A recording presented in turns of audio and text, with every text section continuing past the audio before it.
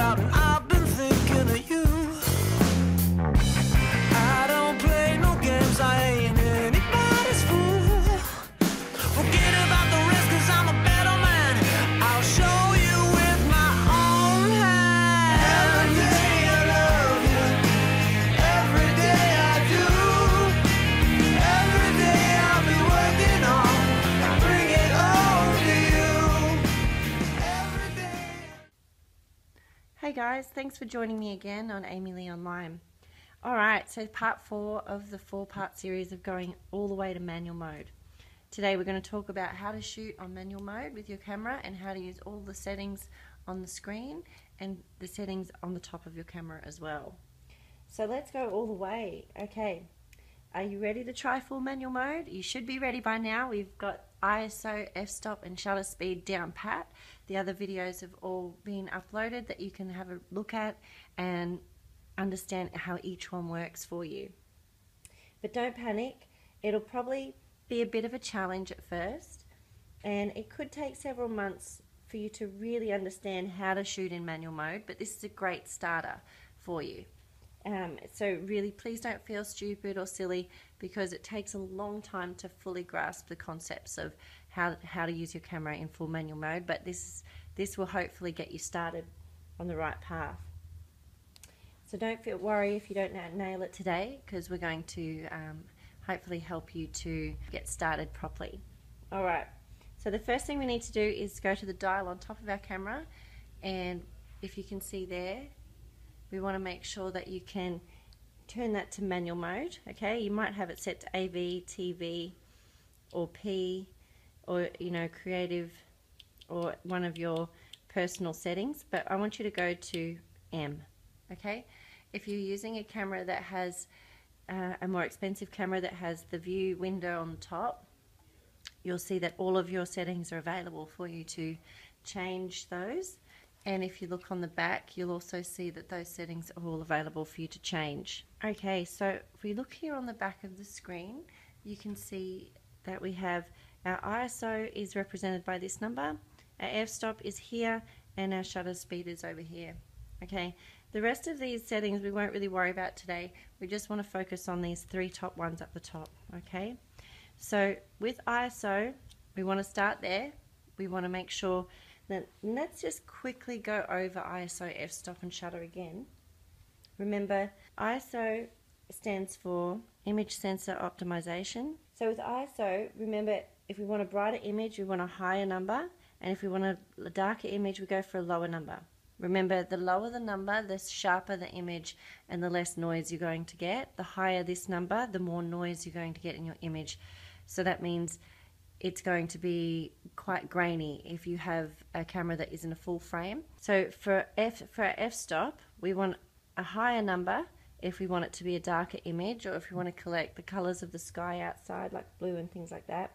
And you get greater depth of field, so that means you have more of your image in focus. So if you're doing landscape, you'll have from the blade of grass in front of you all the way to the mountaintops at the very back of your image, you'll have all of that in sharp focus. If you're going to have a brighter image using f-stop, then you would take your f-stop lower or wider, which means that you will get a low depth of field, which means you'll have more bokeh or blur in the image, and it will have that creamy, blurry, smooth looking background, and you'll have less in focus. Going over here to our shutter speed, remember, a darker image is a high number and a brighter image is a low number. A low shutter speed equals softer images and artistic blur, whereas a higher number with the 1 with the stroke, and then if this last number is high, that will be a sharp image, which means you get more motion freeze. Okay, so let's work it all together. Let's say I'm shooting, let's say for instance we're going to shoot outdoors and we've got lots of light and we want to let a minimum of light into the camera. We would press this button and we would toggle to our ISO, which is highlighted there, and we would take that down by either using the dial on the back here or the dial on the top. Okay, so you can go to 100 for a bright sunny day outside because you want to let less light in, And then we would probably go to f8. That way you are still letting a lot less light in, but you could possibly get your sky nice and blue. And then we would probably then take our shutter speed down to allow for the light. Now, being that you're at f8, you can take your ISO up to 200 to allow more light to come through, and that will still give you a nice bright image. And always use a reflector if you're going to use f8 on a portrait outdoors, if you can help it, because you don't want to, your image will be quite dark. The people in the shot will probably be quite dark if you don't have a reflector to reflect the sunlight back onto them. But you want to make sure that your background is nice and crisp and you have the blue sky. So use a reflector and use f8. And you could probably, you could go down to f6, f5 or something like that and have it at 100. And then take your your shutter speed up to 1/100th of a second. You probably won't get very much of the blue in the sky, but that's okay if you're not shooting near the sky. You could even go to, depending on how many people are in the image as well, but that's a whole other issue. But if you wanted to get a nice blurry background, you could go to f4.0, and that will give you a nice little bit of bokeh in the background and a beautiful portrait shot of the people that you are taking an image of. So I'm going to give you a little bit of an example today with my flowers. Okay, so I've got some flowers here and I wanted to take some photos of them for you in a situation where we're indoors and we're inside and we're going to be just using natural window light. It's really bright and sunny outside. So we're going to take our camera on manual, and then I'm going to set my ISO to 200, and then I'm going to go down to 1.8, and then I'm going to leave my shutter speed on 100 or maybe even 125, 1/100th of a second or 1/125th of a second. And then I'm going to set my manual focus. I like to have I don't like to have automatic selection. I like to select where I'm going to be using my focal point. So that way I can get, just say I want to have just this one in focus or just this in focus, and everything else is kind of a bit blurry or bokeh. So we'll go down here, and you can either toggle that down here and click that and it will take you there, or you can just click your zoom button here, or it has on the top here a cross which allows you to go to your focal points. So I'm going to choose to have my focal point there because I'm going to aim for one of these flowers down the bottom as a focal point, and then we're going to using the 50mm, and let's have a go and see how this works. I also don't use the camera's automatic focus. I use the manual focus. I like to zoom mine in and out by twisting here, and you can find that. Let me just make sure that's in focus for you. So you can find that here. I like to have mine, I don't like to have mine on AF, I have mine on MF always, but I also don't shoot a lot of weddings and things like that, so I don't need to use my camera in a quick way like some people do in sports and things like that. It doesn't need to be rapidly changed, so I can take my time and I can focus on my image the way I'd like to. And there we have it. That's really bright. As you can see, that one's really bright. So I think maybe it's a little bit overexposed. So what I would do in that case is I would either take my ISO down a little bit.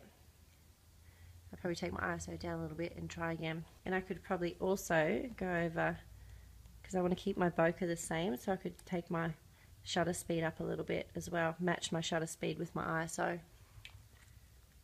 That's always a good trick to do if you're lost. And then that's a nice bright image there for you. And you can see that one's nice and creamy, and the flowers are in focus, and the creamy blanket is nice and bright.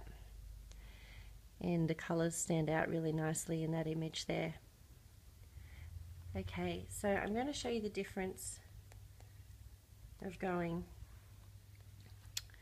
let's say we want to go up to 2.8, and I can make my ISO go up as well because I'm letting less light in with my aperture, so I need to compensate that with my ISO, leaving my shutter speed at 160. Now as you can see with this image, there's more in focus. Let's just get this a bit closer for you. Okay, so you can see that there's more in focus with the flowers, and the image is still the same darkness or brightness. The flowers are a little bit more red. I'm just changing my ISO and my depth of field for you because I just want to show you the difference of changing your depth of field and the ISO to compensate for the light that you're allowing in and out of the camera. So we've still got the same brightness on the image. Okay.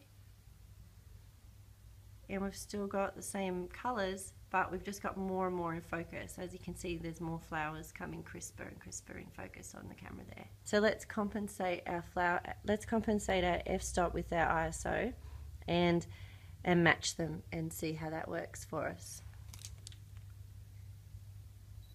You should have everything in focus now, really crisp, and you could probably even go higher than that with the ISO because the image is a little bit dark using f8, but as you can see, everything's in focus there.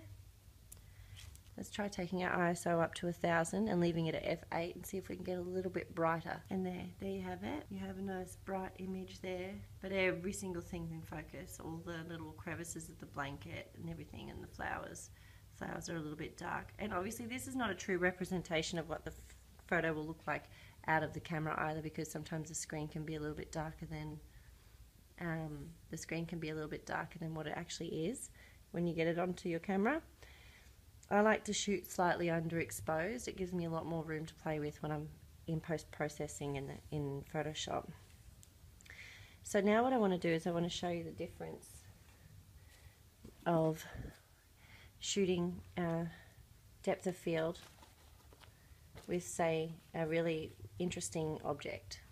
So I'm going to use the ripped bits of the Bible here, and this is a really old book, so it's got these awesome little bits of paper and things like that on the binding. So what I'm going to do is I'm going to take my camera back down to 200. I'm going to take my f-stop down to 1.8, and I'm just using my nifty 50mm for this purpose, because I don't want to confuse you with lenses and things like that, because you guys will probably be using inexpensive lenses to begin with. So your 50 that you can get stock standard for about $100 goes to about 1.8, and it's a great starting point to start with. And then I'm going to take my probably take my shutter speed down to 100, and it is getting quite bright, so we could even maybe take this down to 160. Now remember that everything shooting in natural light is constantly changing, so you have to constantly be aware of the changes happening around you and shoot to compensate for that, and keep changing your settings all the time. So once you learn how they all work together, you can, have a look and test and have a real good play around with it. Okay, so I'm going to have to get down nice and low for this one. I'm going to shoot this one really low, so I'm going to shoot it like that from this angle, and then you can, I just want to have one of these particular things in focus, like one of the words or letters or something like that. Everything else in the foreground and the background is going to be bokeh out. I'm just changing my ISO down to 100 because the sun's just come into the window really bright. So I'm just going to change that again just to give it a really bit better lighting situation. As you can see here,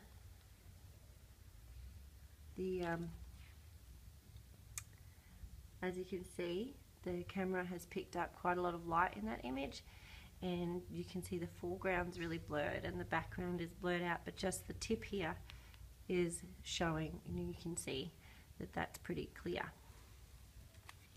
So what I might do is I might take my shutter speed up, because I can't really change anymore. I can't change my ISO, and I can't change my ISO down any further, and I could take my f-stop up, but I want that much blur for this exercise to show you. So the only thing I can change here to have less light coming in is my shutter speed. So to get a little bit less exposure or less light into my camera, I'm going to take my shutter speed up a little bit, maybe to 200, and see how that looks. Okay, so as you can see, the image is a little bit darker, but we still have the same bokeh. Maybe we could take our image shutter speed down a little bit further, to maybe 1/160th of a second. There we go. Happy with that. Okay, so as you can see, we've got quite a good picture there of having the foreground blurred out, the background blurred out or bokeh, and you can see just the Holy Bible word is the only thing that's in focus, and the tip of this binder, and the tip of the binding. All of your settings on the viewfinder are at the top here. If you have a camera that you've invested some money in, you won't find that you have a flash. That'll be an external flash will be the only flash that you'll be able to use. All of your numbers are here. Your ISO is there, and you can easily set that by pressing that button. Your f-stop is there. The amount of images you have left to take is there. Your shutter speed is there and can be changed easily with that dial without pressing any buttons. Your white balance is there, and you can easily change that here like that. And it's all represented in a very easy way so that you can change it however you like. So remember, you've got the back of the screen and you've got the top of the screen depending on your camera, and you should be able to figure out how to use your camera pretty well after these videos. And remember, they are here for you to watch all the time. So go back and watch them as many times as you can so that you can get really familiar with how to use your camera in manual mode. And this Christmas you'll have a great lot of family photos, all designed by you, specifically by you, and not relying on the camera. Okay, so this is the unedited versions of the images that were taken. And as you can see, when we've got an f-stop of 1.8, there's quite a lot of bokeh, and there's not a lot of the image in focus. So we've got a few of the flowers are in focus, but most of them are bokeh out, and definitely the blanket is bokeh or blurred. And as we go along F8, there's a lot more in focus. You can see everything down to the blanket. And if you go to 4.5, you've got a little bit of bokeh, but you've got more of the actual subject in focus. And 2.8, we've got a little bit of the subject in focus and some of the blanket. And obviously it also depends on how close you get to the subject as well, which will determine what you have in focus and what you don't have in focus. So as you can see, that's our examples that we shot today for the flowers, and these are the examples that we shot with the book. And you can see if I'm at 1.8, how much is actually in focus compared to how much is not in focus. So we've only got like the tiniest little spot on the book which is in focus. Then if we go up to 6.3, we have more in focus. And again, if we go to F8, everything pretty much is focused there. The foreground is in focus, the background is slightly blurred out, but that's just really just a focusing issue with what points that you have focused in your camera. That is what we did today, and I hope that's given you a little bit more of an idea of what to do with your camera to shoot on manual mode. And remember, thank you for watching, and like, share, and subscribe to the channel.